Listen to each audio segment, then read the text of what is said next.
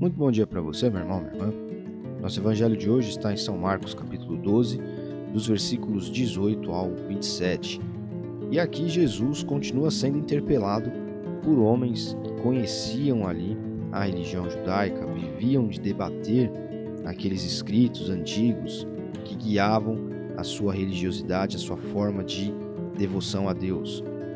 E, dessa vez, alguns saduceus, que eram outro grupo rabínico, outro grupo de mestres ali do judaísmo, este com uma característica específica, mencionada aqui no texto inclusive, que era, entre outras doutrinas, negar a ressurreição dos mortos, questionaram a Jesus porque Moisés escreveu um texto dizendo que se o homem morre sem filhos, seu irmão é obrigado a casar com a viúva e ter filhos com ela. E aí eles contam uma história, né? Haviam 7 irmãos, o primeiro casou, sem filhos morreu, o segundo casou com a viúva desse primeiro, também morreu sem ter filhos, e o terceiro. E por fim, a pergunta, o que eles querem saber é, na ressurreição, essa mulher será esposa de quem? Afinal, ela foi casada com todos eles, com cada um deles.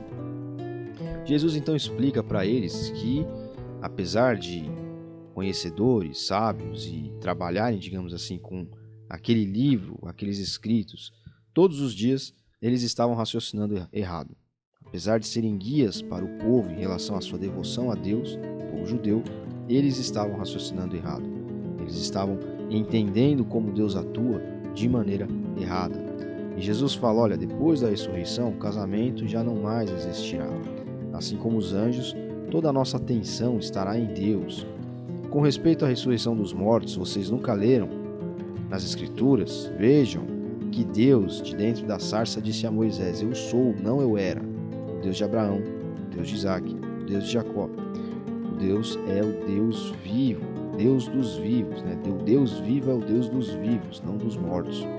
Portanto, vocês não sabem de nada.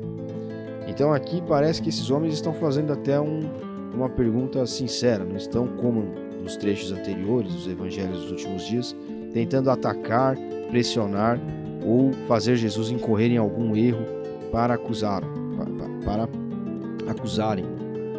Mas, de toda forma, estão entendendo tudo errado. Jesus convida primeiramente esses homens, e isso também vale para nós, a sair dessa dimensão terrena em que nós vivemos agora, a entendermos que existe algo superior, ou algo desconhecido, ou algo que vem após, algo que não é sujeito à morte. Existe uma vida espiritual. E essa vida espiritual que nós já estamos, de certa forma, cultivando, vivendo aqui neste mundo, enquanto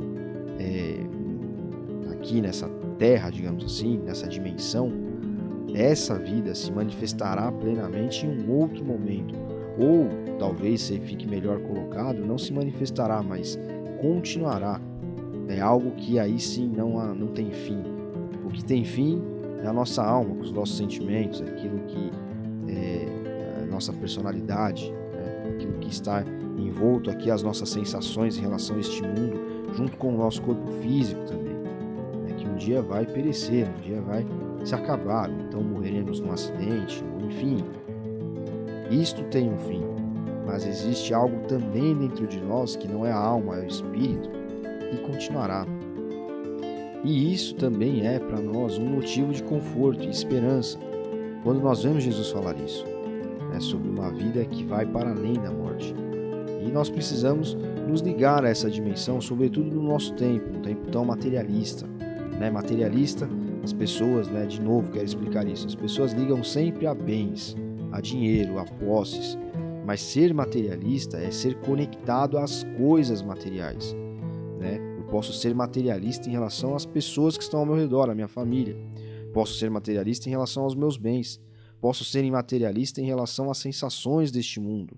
Então eu estou muito ligado às coisas daqui, da matéria, que eu posso pegar, que eu posso ver, que eu posso sentir.